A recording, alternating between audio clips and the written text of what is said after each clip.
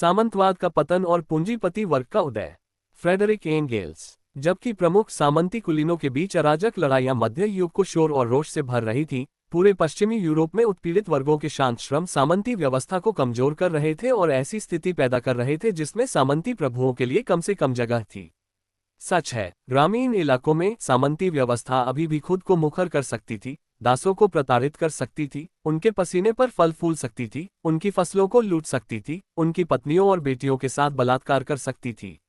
लेकिन शहर हर जगह उभर रहे थे। इटली में, दक्षिणी फ्रांस में और राइन पर पुरानी रोमन नगर पालिकाएं अपनी राख से उभर रही थीं।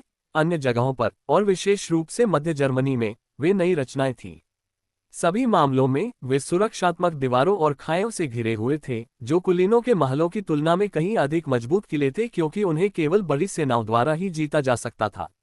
इन दीवारों और खायों के पीछे मध्ययुगीन शिल्प उत्पादन, हालांकि यह गिल्डबद्ध और क्षुद्र था, विकसित हुआ। पूंजी संचय शुरू हुआ, अन्य शहरों और बाकी दुनिया के साथ व्यापार की आवश्यकता पैदा हुई, और धीरे धीरे आवश्यकता के साथ इस व्यापार की रक्षा के साधन भी उभरे। 15वीं शताब्दी की शुरुआत में शहर के लोगों ने सामंतवाद की तुलना में समाज में अधिक महत्वपूर्ण भूमिका निभाई। निश्चित रूप से यह अभी भी सच था कि कृषि ने आबादी के सबसे बड़े हिस्से पर कब्जा कर लिया था और इस प्रकार उत्पादन का मुख्य तरीका बना रहा। फिर भी कुछ अलग थलग स्वतंत्र किसान, जो रईसों की लालच के खिलाफ यहाँ वहाँ टिके रहे, इस बात का पर्याप्त प्रमाण थे कि यह किसानों का काम था, न कि रईसों की सुस्ती और उत्पीड़न जिसने फसलों को उगाया। साथ ही खुद रईसों की जरूरतें इतनी बढ़ गई थीं और बदल गई थीं कि वे भी शहरों के बिना नहीं रह सकते थे। आखिरकार ये शहरों में ही था कि रईस अपने विशेष उपकरण, कवच और हथियार प्राप्त करते थे। घरेलू कपड़े, फर्नीचर और आभूषण, इतालवी रेशम, ब्रेबेंट के लेस, उत्तर से फर, अरबी के इत्र, लेवेंट के फल और भारत से मसाले, साबुन को छोड़कर सब कुछ उसे शहरवासियों से खरीदना पड़ता था। अंतर्राष्ट्रीय व्यापार का एक निश्चित स्तर पहले ही विकसित हो चुका था। इटालियंस भूमध्य सागर और अटलांटिक तट के साथ साथ उत्तर में फ्लैंडर्स तक नौकायन करते थे। बढ़ती अंग्रेजी और डच प्रतिस्पर्धा के सामने एशियाटिक लीग ने उत्तरी सागर और बाल्टिक सागर पर अपना दबदबा बनाए रखा। दक्षिण और उत्तर के व्यापार केंद्रों के बीच संपर्क स्थलीय था, सड़कों पर जो जर्मनी से होकर गुजरती थी। इस प्रकार जब कुलीन वर्ग निरर्थक होता जा रहा था और प्रगति में अधिक से अधिक बाधा बन रहा था, तब नगरवासी उस वर्ग का निर्माण कर रहे थे जो उत्पादन और वाणिज्य, शिक्षा और सामाजिक और राजनीतिक संस्थाओं के आगे के विकास को मूर्त रूप दे रहा था। आज के मानकों के अनुसार उत्पादन और विनिमय में ये सभी प्रगति बहुत सीमित दायरे की थी।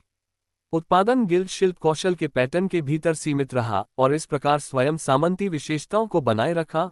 व्यापार यूरोपीय जल तक ही सीमित रहा और लेवेंट के तटीय शहरों से आगे नहीं बढ़ा, जहां सुदूर पूर्व के उत्पादों को जहाज पर ले जाया जाता था।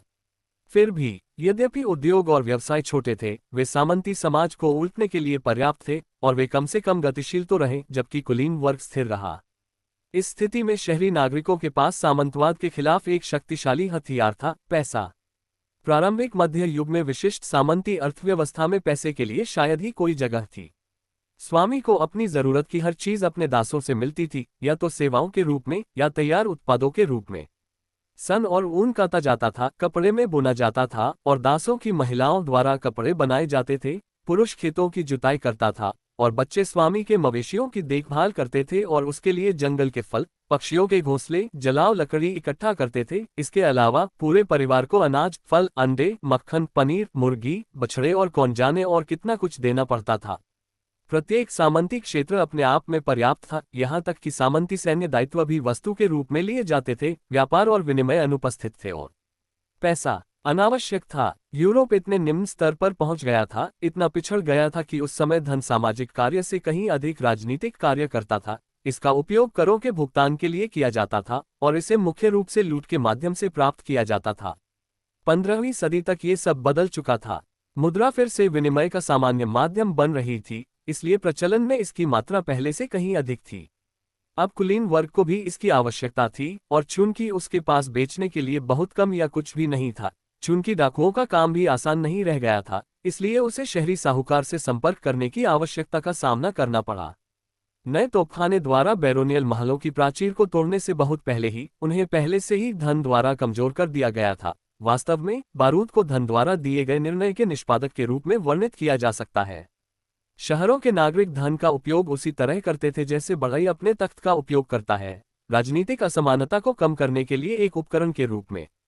जहां भी व्यक्तिगत संबंध को मौद्रिक संबंध द्वारा, वस्तुओं के दान को धन के दान द्वारा प्रतिस्थापित किया गया, वहां एक बुर्जुआ पैटर्न ने सामंती पैटर्न की जगह ले ली। कुल मिलाकर बेशक अधिकांश मामलों में प्राकृतिक अर्थव्यवस्था की क्रूर प्रणाली बनी रही, फिर भी पहले से ही ऐसे पूरे जिले थे जहां हॉलैंड, बेल्जियम और निचले राइन के साथ किसान अपने मालिकों को माल और सेवाओं के बदले पैसे देते थे, जहां मालिक और आदमी ने जमींदार और किराएदार बनने की दिशा में पहला निर्णायक कदम उठाया था, और जहां परिणामस्वरूप ग्रामीण इलाकों में भी सामंतवाद की राजनीतिक संस्थाएं अपना सामाजिक आधार खोने लगीं। 15वीं शताब्दी के अंत में सामंतवाद की नींव कितनी कमजोर हो गई थी और पैसे ने इसकी संरचना को किस तरह से नष्ट कर दिया था, यह इस समय पश्चिमी यूरोप में सोने की लालसा में स्पष्ट रूप से स्पष्ट है। यह सोना ही था जिसे पुर्तगाली अफ्रीकी तट पर, भारत और पूरे सुदूर पूर्व में खोज रहे थे। सोना वह जादुई शब्द था जिसने स्पेनियों को समुद्र पार करके अमेरिका तक पहुंचाया। सोना वह पहली चीज थी जिसे गोरे लोग नए खोजे गए तट पर पैर रखते ही मानते थे। लेकिन सोने की खोज में दूर दूर तक के साहसिक कार्यों पर जाने की यह मजबूरी, चाहे वह शुरू में सामंती रूप में ही क्यों न हो, फिर भी मूल रूप से सामंतवाद के साथ असंगत थी, जिसकी नींव कृषि थी और जिसकी विजय भूमि अधिग्रहण पर केंद्रित थी। इसमें यह भी जोड़ना होगा कि जहाजरानी निश्चित रूप से एक बुर्जुआ व्यवसाय था, एक ऐसा तथ्य जिसने हर आधुनिक नौसेना को सामंतवाद विरोधी चरित्र के साथ चिन्हित किया है। इसलिए ये हुआ कि 15वीं शताब्दी के दौरान पूरे पश्चिमी यूरोप की सामंतवाद पूरी तरह से गिरावट में थी। हर जगह शहरों ने अपने सामंतवाद विरोधी हितों, अपने स्वयं के कानून और अपने सशस्त्र नागरिकों के साथ खुद को सामंती क्षेत्रों में जकड़ लिया था। पैसे के माध्यम से सामंती प्रभुओं पर आंशिक रूप से अपना सामाजिक और यहाँ तक कि राजनीतिक प्रभुत्व स्थापित किया था। यहाँ तक कि ग्रामीण इलाकों में, उन क्षेत्रों में जहाँ विशेष परिस्थितियों में कृषि को बढ़ावा दिया गया था, पैसे के प्रभाव में पुराने सामंती संबंध खत्म होने लगे। केवल नए खुले क्षेत्रों जैसे कि एल्बे के पूर्व में जर्मन भूमि या व्यापार मार्गों से दूर अन्य दूरदराज के क्षेत्रों में कुलीन वर्ग का वर्चस्व पनपता रहा। हालांकि हर जगह ग्रामीण और शहरी दोनों ही आबादी में उन तत्वों की वृद्धि हुई थी जो लगातार मांग करते थे कि निरर्थक और शाश्वत लड़ाई बंद होनी चाहिए, कि सामंतों के बीच झगड़े खत्म होने चाहिए, जो विदेशी दुश्मन के द्वार पर होने पर भी घरेलू युद्ध की स्थिति को बनाए रखते थे, कि निर्बाध पूरी तरह से उद्देश्यहीन तबाही जो पूरे मध्य युग में चली थी बंद होनी चाहिए। हालांकि ये तत्व अभी भी अपनी इच्छा को लागू करने के लिए बहुत कमजोर थे, लेकिन उन्हें सामंती ढेर के सबसे ऊपरी हिस्से में एक मजबूत सहारा मिला, राजशाही। और यह वह बिंदु है जहां सामाजिक संबंधों का विश्लेषण राज्यों के भीतर और उनके बीच संबंधों पर विचार करने की ओर ले जाता है। यहां हम अर्थशास्त्र से राजनीति की ओर बढ़ते हैं। नई राष्ट्रीयताएं धीरे धीरे लोगों के भ्रम से उत्पन्न हुई थी, जो कि प्रारंभिक मध्य युग की विशेषता थी। यह एक ऐसी प्रक्रिया है जिसमें, जैसा कि सर्वविदित है, विजित लोगों ने एक समय के रोमन प्रांतों में विजेताओं को आत्मसात कर लिया, किसानों और नगरवासियों ने जर्मनिक स्वामियों को आत्मसात कर लिया। इस प्रकार आधुनिक राष्ट्रीयताएं उत्पीड़ित वर्गों की रचनाएं हैं। मेनके का मध्य लोरेन का जिला मानचित्र एक हमें इस बात की स्पष्ट तस्वीर देता है कि यहाँ कैसे मिश्रण हुआ, वहाँ कैसे छांटा गया। किसी को केवल उस रेखा का अनुसरण करने की आवश्यकता है जो जर्मन को रोमन स्थान नामों से अलग करती है, ताकि वह खुद को यह विश्वास दिला सके कि बेल्जियम और निचले लोरेन में ये रेखा जर्मन और फ्रेंच के बीच भाषाई सीमा के साथ बहुत मेल खाती है, जैसा कि 18वीं शताब्दी की अंतिम तिमाही तक मौजूद थी। यहाँ वहाँ एक छोटा सा क्षेत्र पाया जा सकता है जहाँ भाषा की प्रधानता अभी भी विवाद का विषय थी, लेकिन कुल मिलाकर विवाद पहले ही सुलझ चुका था, और कौन सा क्षेत्र जर्मन और कौन सा रोमन रहना चाहिए ये तय हो चुका था। हालांकि मानचित्र पर अधिकांश स्थानों के नामों के ओल्ड लोअर फ्रैंकिश और ओल्ड हाई जर्मन रूप ये साबित करते हैं कि वे 9वीं या अधिक से अधिक 10वीं शताब्दी के हैं, और इसलिए कैरोलिंगियन काल के अंत तक सीमाएं पहले ही खींची जा चुकी थीं। अब यह दिलचस्प है कि हम रोमन पक्ष पर और विशेष रूप से भाषाई सीमा के आसपास के क्षेत्र में बास्टर्ड नाम रूप पाते हैं, जो एक जर्मन व्यक्तिगत नाम और एक रोमन स्थान के नाम से बने हैं। इस प्रकार उदाहरण के लिए मास के पश्चिम में वर्दन के पास एप्पोन कर्टिस, रोटफ्रीडी कर्टिस, इंगोलिनी कर्टिस, टेउडेगी सिलोविला। आज ये क्रमशः पेकोट, रेकोट, लक्रैक्स, एम्ब्लेनकोट, सुरैरे और थियरविले हैं। इनमें से एक में, उदाहरण के लिए, लुडविग सिलिड की उत्पत्ति 9वीं शताब्दी के अंत में हुई थी। लेकिन ये तथ्य कि 842 में राजाओं और गणमान्य व्यक्तियों के शपथ सूत्रों में रोमेंस फ्रांस की आधिकारिक भाषा के रूप में दिखाई दिया, ये साबित करता है कि उस समय तक फ्रैंकिश मास्टर्स का एक बड़ा हिस्सा रोमनीकृत हो चुका था। एक बार जब भाषा समूह तय हो गए और उनकी सीमाएं स्थापित हो गईं, हालांकि बाद के विजय और विनाश के युद्धों को ध्यान में रखना चाहिए, जैसे कि एल्बे की हत्याओं के खिलाफ, तो ये स्वाभाविक था कि वे राज्यों के निर्माण के लिए स्थापित नींव के रूप में काम करें ताकि राष्ट्रीयताएं राष्ट्रों की ओर विकसित होना शुरू हो जाएं। लोरेन के भाषाई रूप से मिश्रित राज्य का तेजी से पतन भाषा की एकरूपता के महत्व का सुझाव देता है। निश्चित रूप से भाषाई सीमाएं और राष्ट्रीय सीमाएं पूरे मध्य युग के दौरान एक दूसरे के साथ मेल खाने से बहुत दूर थीं, फिर भी प्रत्येक राष्ट्रीयता कुछ हद तक इतालवी को छोड़कर एक विशेष बड़े राज्य द्वारा प्रतिनिधित्व किया गया था, और राष्ट्रीय राज्यों के गठन की प्रवृत्ति, जो पहले से कहीं अधिक स्पष्टता और चेतना के साथ प्रकट हुई, मध्य युग में प्रगति प्राप्त करने के लिए सबसे मौलिक साधनों में से एक थी। इनमें से प्रत्येक मध्ययुगीन राज्य में राजा पूरे सामंती पदानुक्रम का शीर्ष था, एक ऐसा शीर्ष जिसे जागीरदार छोड़ नहीं सकते थे और जिसके खिलाफ उसी समय वे खुद को स्थायी विद्रोह की स्थिति में पाते थे। संपूर्ण सामंती अर्थव्यवस्था का विशिष्ट संबंध भूमि के उपयोग के अधिकार इस शर्त पर देना कि कुछ व्यक्तिगत सेवाएं और कुछ सामान प्रदान किए जाएं, अपने मूल और सरलतम रूप में झगड़ों के लिए बहुत सारे अवसर प्रदान करता था, खासकर जहां ऐसे बहुत से लोग थे जिनकी किसी विवाद में रुचि थी। अब बाद के मध्य युग में ये कैसा था, जब हर देश में सामंती संबंध दिए गए, वापस लिए गए, नवीनीकृत किए गए, जब्त किए गए, बदले गए या अन्यथा योग्य अधिकारों और कर्तव्यों का एक निराशाजनक जाल था। उदाहरण के लिए चार्ल्स द बोल्ड अपनी भूमि के एक हिस्से के लिए पवित्र रोमन सम्राट का जागीरदार था, अन्य भागों में वह फ्रांस के राजा का जागीरदार था। दूसरी ओर फ्रांस के राजा इन क्षेत्रों के संबंध में चार्ल्स के स्वामी, अन्य क्षेत्रों के संबंध में चार्ल्स के जागीरदार थे। ऐसी स्थिति में संघर्ष को कैसे टाला जा सकता है? यहाँ हम राजतंत्र के प्रति जागीरदारों के आकर्षण, क्योंकि केवल राजा ही उन्हें व्यवस्था के बाहर और अंदर के शत्रुओं से बचा सकता था, और राजतंत्र से विमुक्ता के बीच सदियों से चले आ रहे प्रतिवाद की व्याख्या देखते हैं, जिसमें वह आकर्षण निरंतर और अनिवार्य रूप से स्थानांतरित हो गया, राजा और जागीरदारों के बीच निरंतर युद्ध, जिसकी कुरूप कर्कशता ने उस लंबे समय के दौरान अन्य सभी को दबा दिया जब डाकूपन ही एक स्वतंत्र व्यक्ति के लिए आय का एकमात्र स्रोत था। विश्वासघात, हत्या, जहर, द्वेष और हर अन्य कल्पनीय खलनायकी के अंतहीन क्रम का एक ऐसा क्रम जो एक पल के लिए रुक जाने पर हमेशा खुद को नवीनीकृत करता था, शिष्टता के काव्यात्मक लेबल के पीछे छिपकर और सम्मान और निष्ठा के संदर्भ में बोलता था। ये स्पष्ट है कि राजतंत्र इस सामान्य भ्रम में प्रगतिशील तत्व था। यह अराजकता में व्यवस्था का प्रतिनिधित्व करता था, विद्रोही जागीरदार राज्यों में विखंडन के विपरीत विकासशील राष्ट्र। सामंती सतह के नीचे जो भी क्रांतिकारी तत्व अस्तित्व में आ रहे थे, वे राजतंत्र पर निर्भरता के लिए उतने ही इच्छुक थे जितने राजतंत्र उन पर निर्भरता के लिए इच्छुक था। राजतंत्र और पूंजीपति वर्ग के बीच गठबंधन 10वीं शताब्दी से है अक्सर संघर्षों से बाधित होता रहा है, क्योंकि मध्य युग के दौरान कोई भी आंदोलन उतार चढ़ाव से मुक्त नहीं था। गठबंधन हमेशा नवीनीकृत, मजबूत और अधिक शक्तिशाली होता रहा, जब तक कि इसने राजतंत्र को अंतिम जीत हासिल करने में सक्षम नहीं बना दिया, जिसके बाद राजतंत्र ने कृतज्ञता में अपने सहयोगियों पर अत्याचार करने और उन्हें लूटने के लिए हमला किया। राजा और पूंजीपति वर्ग को न्यायविद के उभरते पेशे में शक्तिशाली समर्थन मिला। रोमन कानून की पुनः खोज के साथ पादरी, सामंती समय के कानूनी सलाहकारों और न्यायशास्त्र के गैर पादरी छात्रों के बीच श्रम का विभाजन अस्तित्व में आया। ये नए न्यायविद शुरू से ही मुख्य रूप से बुर्जुआ थे, लेकिन केवल इतना ही नहीं, जिस कानून का उन्होंने अध्ययन किया, जिस पर व्याख्यान दिया और जिसका पालन किया, उसका मूलतः सामंतवाद विरोधी और कुछ मामलों में बुर्जुआ चरित्र था। रोमन कानून इस हद तक एक ऐसे समाज की जीवन स्थितियों और संघर्षों की शास्त्रीय न्यायिक अभिव्यक्ति है जिसमें प्रमुख अवधारणा शुद्ध निजी संपत्ति की है, कि बाद के सभी कानून इस संबंध में इसमें बहुत कम जोड़ सके। हालांकि मध्य युग में बुर्जुआ संपत्ति अभी भी सामंती सीमाओं से व्याप्त थी। उदाहरण के लिए, इसमें बड़े पैमाने पर विशेषाधिकार शामिल थे।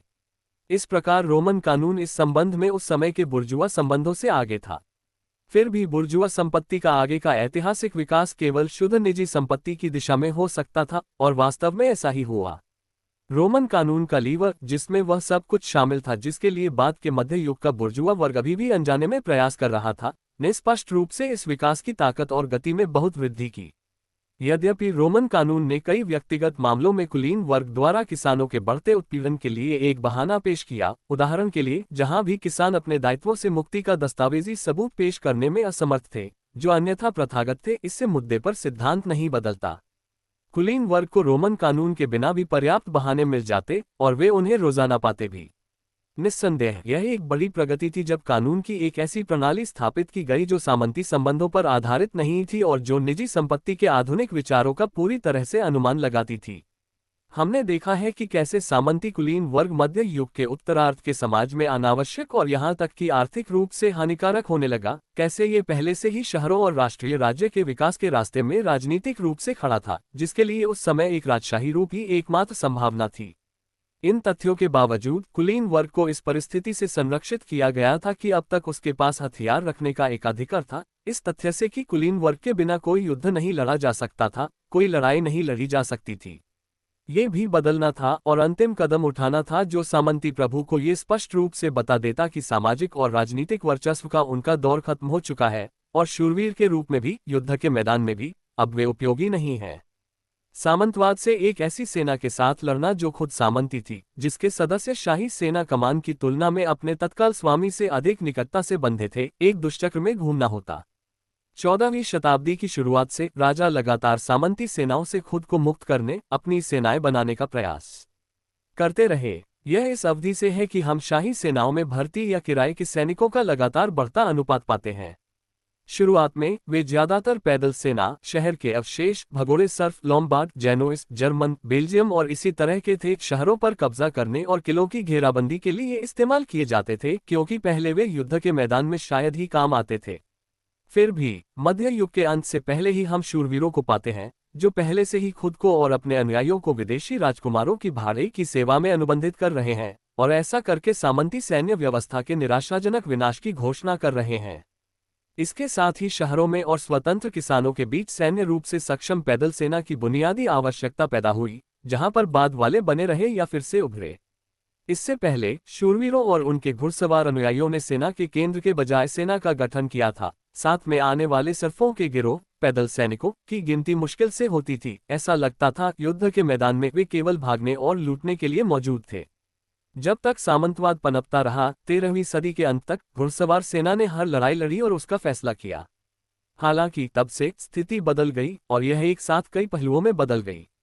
इंग्लैंड में धीरे धीरे दास्ता के गायब होने से स्वतंत्र किसानों, यौमन या किराएदारों का एक बड़ा वर्ग पैदा हुआ और इसके साथ ही एक नई पैदल सेना के लिए नई सामग्री का निर्माण हुआ, जिसका अभ्यास लंबे धनुष के इस्तेमाल में किया जाता था, जो उस समय अंग्रेजी राष्ट्रीय हथियार था। इन तीरंदाजों का आगमन, जो हमेशा पैदल ही लड़ते थे, भले ही वे मार्च में सवार हो सकते थे या नहीं, अंग्रेजी सेनाओं की रणनीति में एक आवश्यक बदलाव का अवसर था। 14वीं शताब्दी से अंग्रेजी शूरवीरों ने पैदल ही लड़ना पसंद किया, जहां भी इलाके या अन्य परिस्थितियां उपयुक्त थीं। तीरंदाजों के पीछे, जिन्होंने लड़ाई शुरू की और दुश्मन को कमजोर किया, घोड़े से उतरे शूरवीर एक बंद फालानिक्स में दुश्मन के हमले का इंतजार करते थे या खुद हमला करने के लिए अनुकूल अवसर की प्रतीक्षा करते थे। केवल कुछ शूरवीर अपने घोड़ों पर रहते थे ताकि फ्लैंक हमलों द्वारा निर्णय लेने में मदद मिल सके।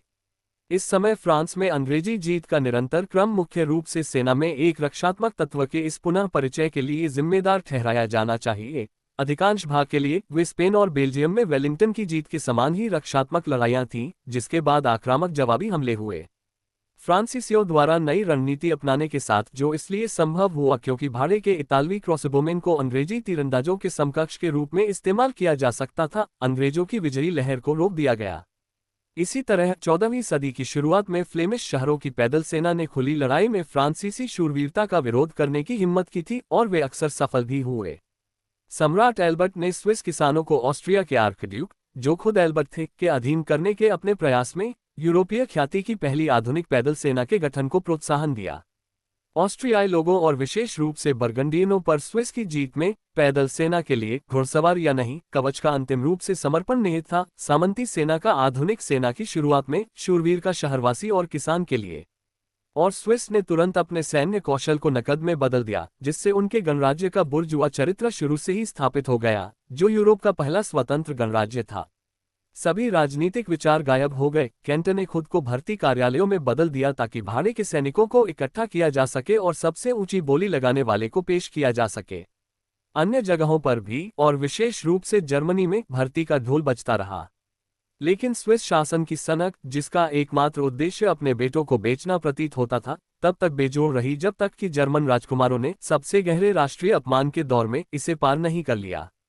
14वीं शताब्दी में ही स्पेन के रास्ते अरबों से बारूद और तोपखाना यूरोप में लाया गया था। मध्य युग के अंत तक छोटे आग्नेयास्त्र महत्वहीन रहे, जो इस तथ्य के मद्देनजर समझ में आता है कि क्रेसी में अंग्रेजी तीरंदाजों के लंबे धनुष वॉटरलू में पैदल सेना की चिकनी बोर वाली बंदूकों की तरह ही दूर तक और शायद उतनी ही सटीकता से या शायद उतनी ही प्रभावकारिता से पहुंचते थे। फील्ड आर्टिलरी भी अभी अपनी प्रारंभिक अवस्था में थी। हालांकि इसके विपरीत भारी तोपों ने पहले ही कई शूरवीरों के महल की बिना सहारे वाली दीवारों को तोड़ दिया था। इस प्रकार सामंती कुलीन वर्ग को ये घोषणा कर दी थी कि बारूद के आगमन ने उनके विनाश को सील कर दिया है। मुद्रण कला का प्रसार, प्राचीन साहित्य के अध्ययन का पुनर्जागरण, संपूर्ण सांस्कृतिक उथल-पुथल जो 1450 के बाद लगातार मजबूत और अधिक सामान्य होती गई, इन सभी चीजों ने सामंतवाद के साथ उनके संघर्ष में पूंजीपति वर्ग और राजशाही का पक्ष लिया। इन सभी कारकों का संयोजन, जो एक ही दिशा में एक दूसरे पर उनकी बढ़ती हुई गतिशील अंतःक्रिया द्वारा वर्ष दर वर्ष मजबूत होता गया, वो तथ्य था जिसने 15वीं शताब्दी के अंतिम भाग में निश्चित रूप से पूंजीपति वर्ग की नहीं, बल्कि निश्चित रूप से सामंतवाद पर राजशाही की जीत की पुष्टि की। यूरोप में हर जगह, यहाँ तक कि उन सुदूर क्षेत्रों में भी जो इसकी सीमा पर थे और सामंती चरण से नहीं गुजरे थे, शाही सत्ता ने अचानक ऊपरी हाथ प्राप्त कर लिया। पाइरेनीस के पीछे क्षेत्र के दो रोमांस भाषा समूहों ने स्पेन के साम्राज्य का गठन करने के लिए एकजुट हुए और आरागोन के प्रोवेंकल भाषी राष्ट्र को कैस्टिलियन लिखित भाषा के अधीन कर दिया। तीसरे समूह ने गैलिसिया को छोड़कर अपने भाषा क्षेत्र को पुर्तगाल के साम्राज्य इबेरियन होलैंडा में समेकित किया, अपना मुंह समुद्र की ओर मोड़ लिया और अपनी समुद्री गतिविधि द्वारा एक अलग अस्तित्व के अपने अधिकार को साबित किया। फ्रांस में लुईशी ने अंततः बरगंडी बफर राज्य के पतन के बाद अभी भी बहुत सीमित फ्रांसीसी क्षेत्र में एक राजशाही राष्ट्रीय एकता बनाई, जिसका इतना अच्छा प्रभाव था कि उनके उत्तराधिकारी पहले से ही इतालवी झगड़ों में हस्तक्षेप करने में सक्षम थे। तथ्य यह है कि इसके अस्तित्व को केवल एक बार सुधार द्वारा बाद के वर्षों में खतरा हुआ था। इंग्लैंड ने अंततः फ्रांस में विजय के अपने विचित्र युद्धों को छोड़ दिया था। अंत में यह इन युद्धों में खुद को खून से लथपथ कर लेता। अंग्रेजी सामंती कुलीनता ने गुलाब के युद्धों में वैकल्पिक मनोरंजन की तलाश की। इसने जितना सोचा था उससे कहीं अधिक प्राप्त किया। इन युद्धों में खुद को टुकड़े टुकड़े करके इसने ट्यूडर के घराने को सिंहासन पर बिठाया और ट्यूडर के घराने की शाही शक्ति ने पहले या बाद में आने वाली हर चीज को पार कर लिया। स्कैंडिनेवियाई देश बहुत पहले ही एकीकृत हो चुके थे। लिथुएनिया के साथ अपने एकीकरण के बाद पोलैंड अपने सबसे बड़े गौरव के दौर की ओर बढ़ रहा था, जिसमें राजसी शक्ति अभी भी कम नहीं हुई थी। रूस में भी राजकुमारों को उखाड़ फेंकना और तातार जुए को उतार फेंकना साथ साथ हुआ और इवान तृतीय द्वारा पूरा किया गया। पूरे यूरोप में केवल दो देश ऐसे थे जिनमें राजशाही और राष्ट्रीय एकता, जो उस समय इसके बिना असंभव थी, उत्पन्न नहीं हुई थी या केवल कागज पर ही मौजूद थी: इटली और जर्मनी।